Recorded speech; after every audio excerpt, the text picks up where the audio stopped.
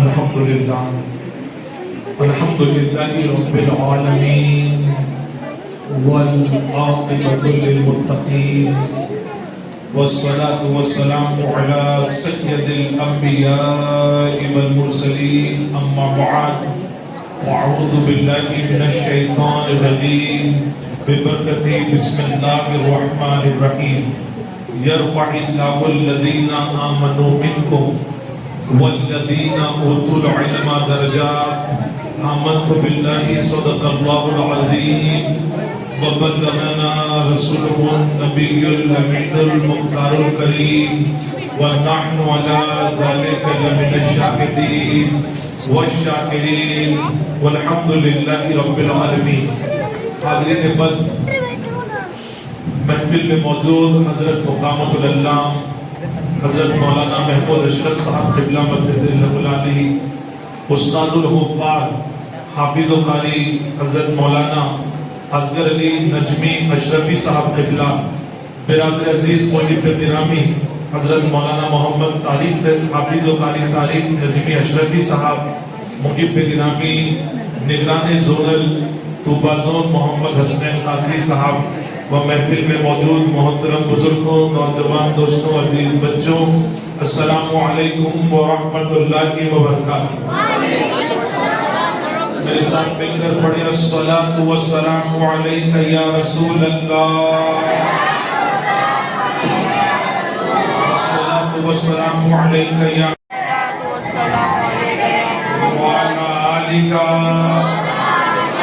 وصحابک یا نور اللہ صلی اللہ تعالی علیہ وسلم. 2:18 ہو چکے ہیں اور بچوں کو بھی بہت زیادہ بھوک کا احساس ہو رہا ہوگا. ضعیف حضرات بھی موجود ہیں، ان کو بھی بھوک کا احساس ہو رہا ہوگا. بہت سارے لوگ جو مریض پیشنٹ ہوتے ہیں ان کے لیے بھی معاملات ہو جاتے ہیں، بالخصوص جو ڈائبٹیز کے ہوتے ہیں. تو بہت لمبی چوڑی گفتگو نہ سنانے کا وقت ہے نہ سننے کا وقت ہے. اور کیونکہ آج کا یہ پروگرام یہ ہمیں اپنی قوم کے بچوں کی حوصلہ افزائی کرنے کے لیے یہاں پر دعوت دی گئی ہے. اسکول میں جب ایس ایس سی کا سیشن پورا ہونے والا ہوتا ہے تو ایک فیئرویل پروگرام ہوتا ہے جس میں اسٹوڈنٹس آتے ہیں، اور اینول فنکشن میں پیرنٹس کو اسٹوڈنٹس کے ساتھ بلایا جاتا ہے. اس پروگرام میں تقریباً پیرنٹس والدین شریک ہوتے ہیں، کیونکہ نہیں جائیں گے تو سب کے سامنے پوری کلاس روم میں ہمارے بچوں کو کھڑا کر کے سوال پوچھا جائے گا why your parents are absent in annual function. تو اسکول میں ڈر کے مارے، شرمندگی کے مارے، کتنا ہی بزی شیڈیول کیوں نہ ہو، ہم چلے جاتے ہیں اور جانا بھی چاہیے. لیکن آج جس نورانی بزم میں آپ پر ہم حاضر ہیں، ہماری قوم کے وہ بچے، اور دیکھیے اس وقت ورسوہ کھوجا گلی کو سامنے نہ رکھیں، یاری روڈ کو نہ رکھیں، اندھیری جو گلی، wireless road, D N Nagar, ڈونگر کو مت رکھیں.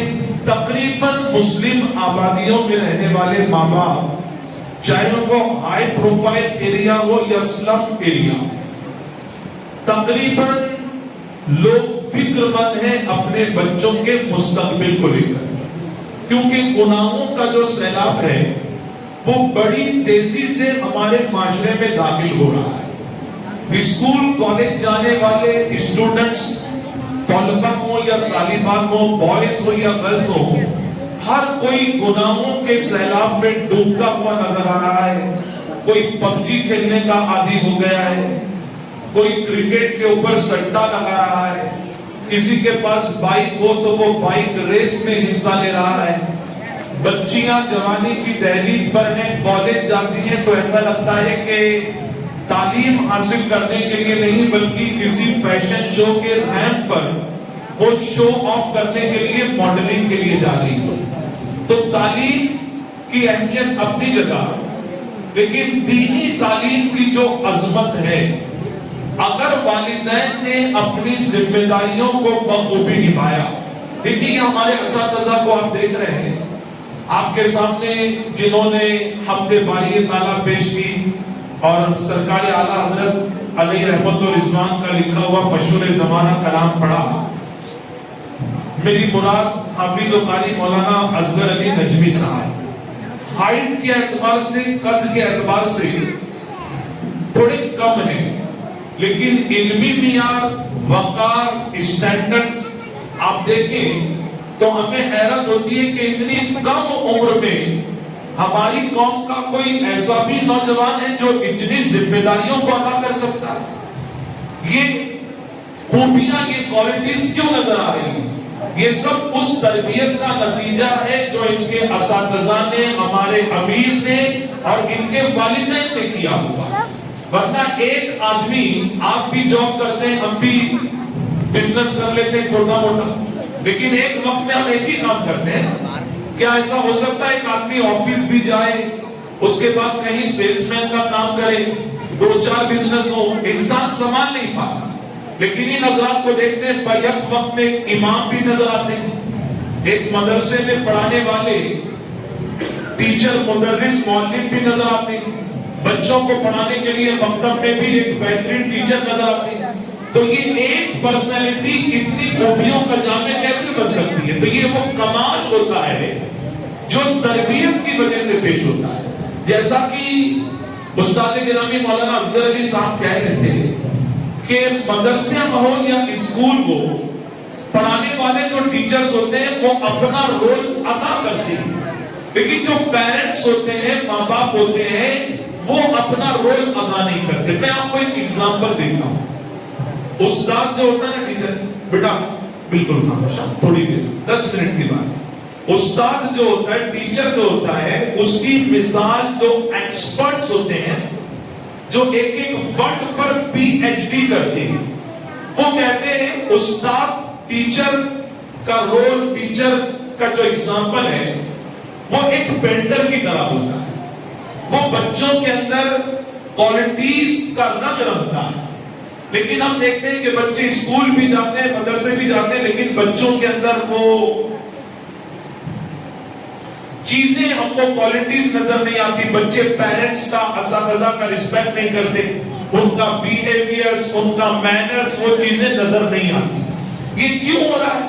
اس کی وجہ یہ ہے کہ ہم سب نے اپنی تربیت کو اساتذہ کے اوپر دے دیا کہ یہ آپ کا ذمہ ہے, یہ آپ کی رسپانسبلٹی ہے.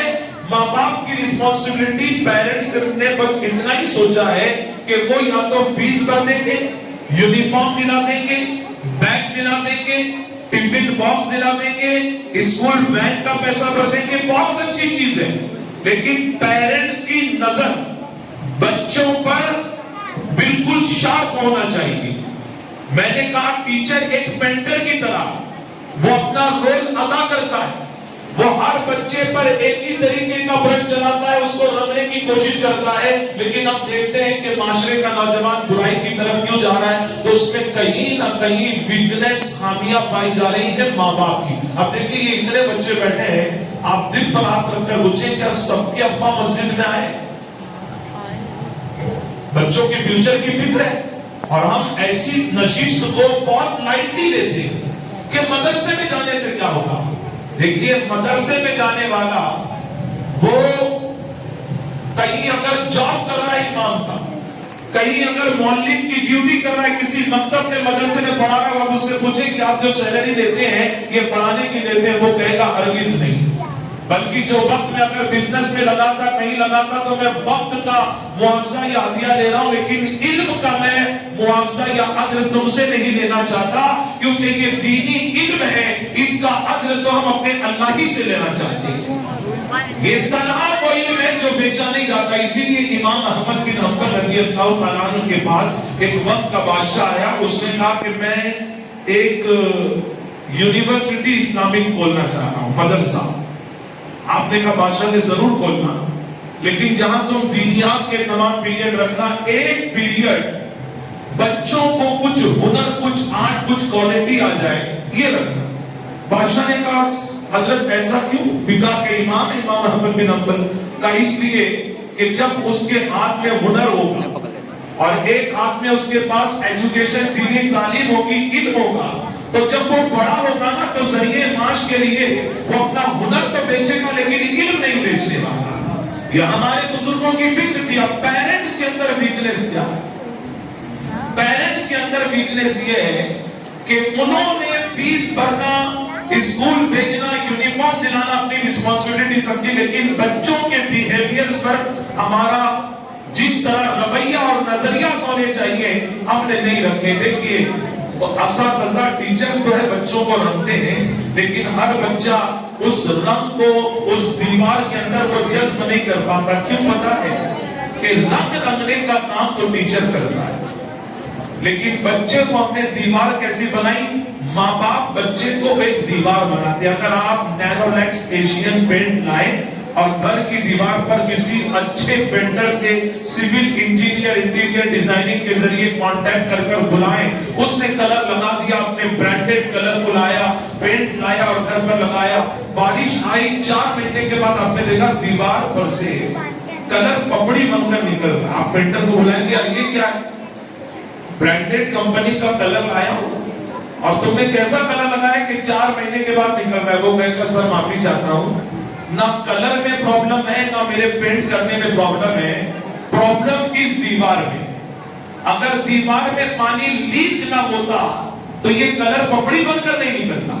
اگر ہم اچھی دیوار بنا کر، بچوں کو ذہین بنا کر، بچوں کو اچھا نیک بنا کر مدرسے یا اسکول میں بھیجیں گے، یقیناً ٹیچر ایسا پینٹ کرے گا کہ زندگی کی آخری سانس تک وہ اپنے اخلاق اور کردار کی چمک سے لوگوں کے سامنے ایک اچھا اسلام پیش کرتا ہوا نظر آئے گا۔ اسی لیے میری آپ سب سے محترمانہ گزارش ہے کہ آپ موجودہ دور میں ہم نے دیکھا اسکول کالج کے بچے بھی ڈرگز ایڈکٹ ہو رہے ہیں۔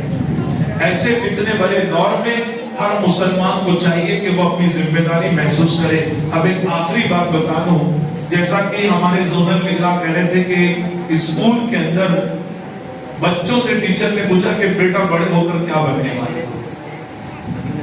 ہم بھی تھوڑا اپنے بچوں کے اندر دیکھیں کہ میرے بچے کو کس چیز میں انٹرسٹ ہے۔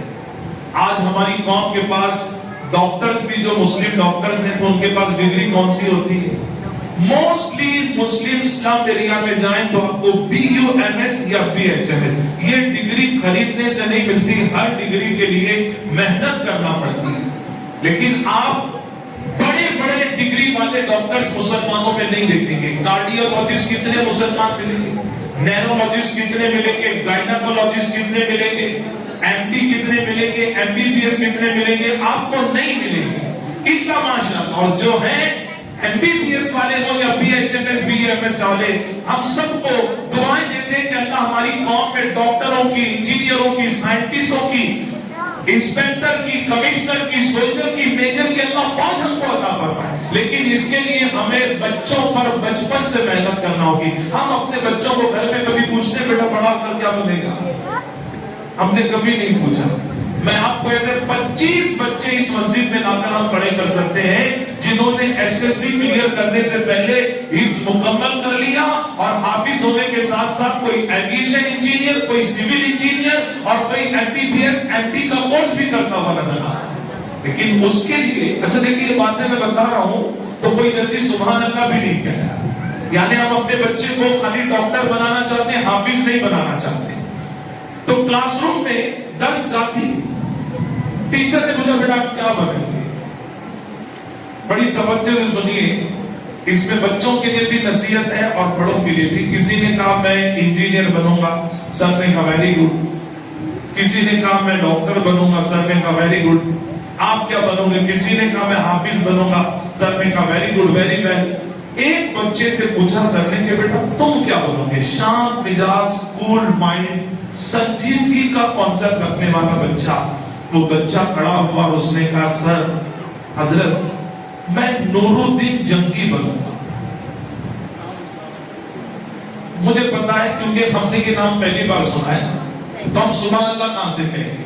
میں اگر کسی کرکٹر کا، لیڈر کا، فلم اسٹار کا نام لیتا تو چہرے پر مسکراہٹ بھی آتی۔ میں نے ایک ایسا نام لیا جس سے لوگ آشنا نہیں ہیں۔ اب جب نور الدین جنگی جیسا بنوں. سر اپنی جگہ سے اٹھ کر کھڑے ہو گئے. حافظ صاحب, استاد, معلم, اور بچے کے پاس گئے, اس کی پیشانی کو چوما. بیٹا تم حضرت نور الدین جنگی علیہ رحمہ کو جانتے ہو؟ کہا جانتا ہوں, اسی لیے تو میں کہہ رہا ہوں کہ میں حضرت نور الدین جنگی جیسا بنوں گا. بچے غور سے سنیں, پبجی کے اسٹار بننا چاہ رہے ہیں ہمارے بچے, پٹی ہوئی جینز پہن کر کسی ہیرو کی طرح بننا چاہ رہے ہیں, لیڈر بننا ہے, سیاست کی فیلڈ میں جانا ہے, بنیے, سی ایم پی ایم بنیے. ایم ایل اے کی کیا بات ہے, کارپوریٹر کی کیا بات ہے, لیکن وہاں جا کر کون ہے جو اسلام کو پیش کرے گا اور حضرت عمر فاروق کے مشن, فاروقی مشن کو دنیا کے سامنے پیش کرے گا. ہم اس سے آشنا ہی نہیں. سر نے پیشانی چومی اور بچے سے کہا بیٹا تم حضرت نور الدین جنگی کیوں بننا چاہتے ہو؟ اس نے کہا کہ میری امی نے ان کا واقعہ سنایا ہے اور میں اس لیے بننا چاہتا ہوں جو حضرت نور الدین جنگی جیسے ہوتے ہیں نا, حضور ان کو خواب میں اپنا دیدار عطا فرمائے. سبحان اللہ, سبحان اللہ.